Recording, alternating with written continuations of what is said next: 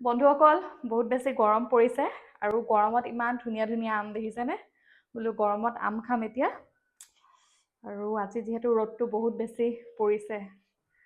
আৰু আমকেইটা মানে মই এইকেইটা আম আগতো খাইছিলো একদম মিঠা সেইটো কাৰণে বোলো একদম এতিয়া আম খাম আমৰ বাকলি গুচাই ললো আৰু এয়া দেখিছেনে একদম পকা পকা আম আৰু এতিয়া কাটি লম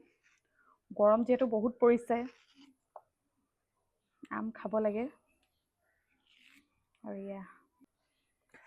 আম খাম দেই এতিয়া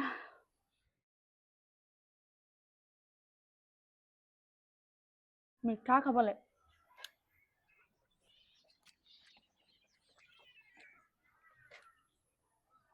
খাবলৈ বঢ়িয়া লাগিছে